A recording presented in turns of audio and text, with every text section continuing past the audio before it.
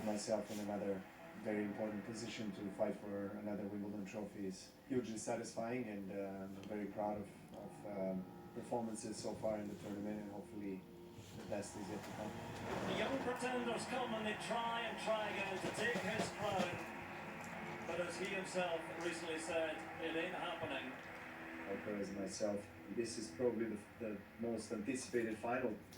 The match that we played against each other in the semis of French Open was extremely high quality tennis, and I played, one of the best matches I played this year. I have experience. I know what to do. I know how to approach this match, so I'm hoping for the best. There's Declan. Put your hands together for Novak Djokovic. Wimbledon has been a very special dream tournament for me since I was a kid.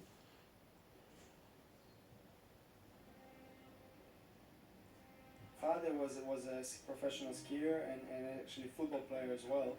My mother finished university for sport, and I'm coming from the sport family. But nobody played tennis ever, so I wasn't meant to play tennis at all. But it was just really, how can I say, like a destiny.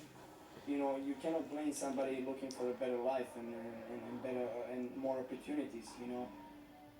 Of course, we were all kids, and we were all dreaming to be at the center stage of Grand Slams. This is going to be hopefully my life in the next 10-15 years. For the first time I stepped on the grass courts at all in my life, in my career, was when I was 17, and my brothers and my parents were to come if I would qualify, so it was great to have them and be part of the Wimbledon tournament. That has been a very important tournament in different stages of my career.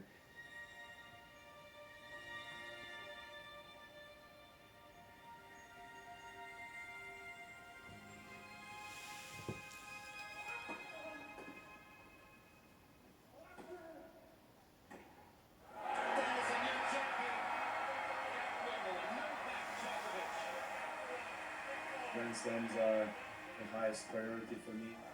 I feel that the job is not finished until I lift the trophy. It feels amazing because for the first time in my life I have someone screaming, "Daddy, Daddy," and it's a little boy right there. And the support that I have and unconditional love from my wife, my children, is something that is irreplaceable, something that if I didn't have their support, it would be much more difficult for me to keep playing professional tennis and striving to win the biggest titles in sport. It always has been and will be the most special tournament in my heart. Every time I step on the center court, it's unlike any other feeling really in sport.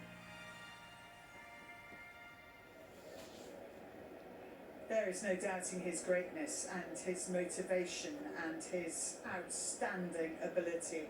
The crowds are in. They will be watching on the big screen from Henman Hill as Novak Djokovic faces the new young pretender, and he bids to become the oldest men's singles champion in the Open era. And you look at this record, 23 Grand Slam titles. If he gets to 24, he equals Margaret Court for the all-time record. 35 Grand Slam finals reached, and that's from 71 entered, and 389 weeks at world number one, and 11 Grand Slam titles since he turned 30. So Todd Woodbridge and Tim Henman, two evergreen men who stand beside me here at centre court. You've obviously managed to keep young and fit. How does Djokovic do it, Todd? How does he stay so agile? I'm glad Claire asked you, Todd.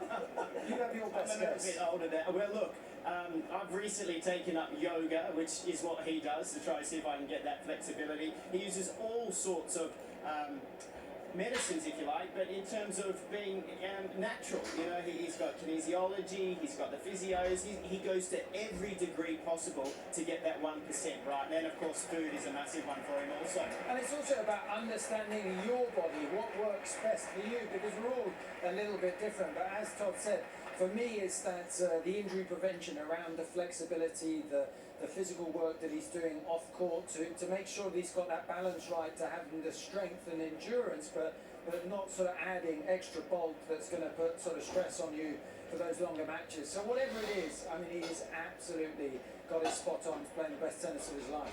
John and Pat were talking about his reaction speed earlier, but his impenetrability as well. That it doesn't matter how well you hit the shot, he will be there to meet it. Well, I think when you out of the corners, you know that when he gets down sliding, and it's incredible, because what you have to think about today is what do you do tactically to get the ball past him, or do you not try to get the ball past him? I mean, they're the things that Carlos has to try to work out today. But you have to win 10 points, what, 3 times where you normally would have won it on the first hit? Yeah, and the problem is when it keeps coming back and you're hitting some of your best shots, then you take even greater risks. You start going closer to the lines, and that's when the unforced errors, can come. But you just know that if you're going to have an impact against Djokovic, you've got to go for your shots. You've got to hit the corners, and you've got to take risks. And that great line from Goran Ivanisevic, which we saw quoted there: first he takes your legs, then he takes your soul. He can destroy you. But he can destroy you. But let's just have a look back at that semi-final in Paris, when after 2 hours, it looked at the end of the second set as if he was coming off his physical level, and we haven't seen that very often. But then, of course, Carlos cramped. That's going to be something that they'll both be thinking about today, because they played such an extraordinary level for those 2 hours. Can Carlos maintain that? But then, is there a breaking point? We never know. You might see that. It's going to be intriguing, and the officials coming out, the line judges, our umpire will be here shortly. The players at the moment just probably about to emerge from the locker rooms. For Carlos Alcaraz, how different is this to other events in terms of the way you get here to centre court? Yeah, it is different. Obviously it's a bit of a walk from the locker room, but I think just to go back on to Todd's point about the physicality, that was a very hot day in the semis of Roland Garros, and today. A very warm applause, I should just say, by Her Royal Highness the Princess of Wales. The Prince of Wales here as well. We've got Prince George and Princess Charlotte just taking their places in the front row of the royal box. What a match for the kids to enjoy, because this is going to be thrilling, isn't it? It's going to be hugely entertaining.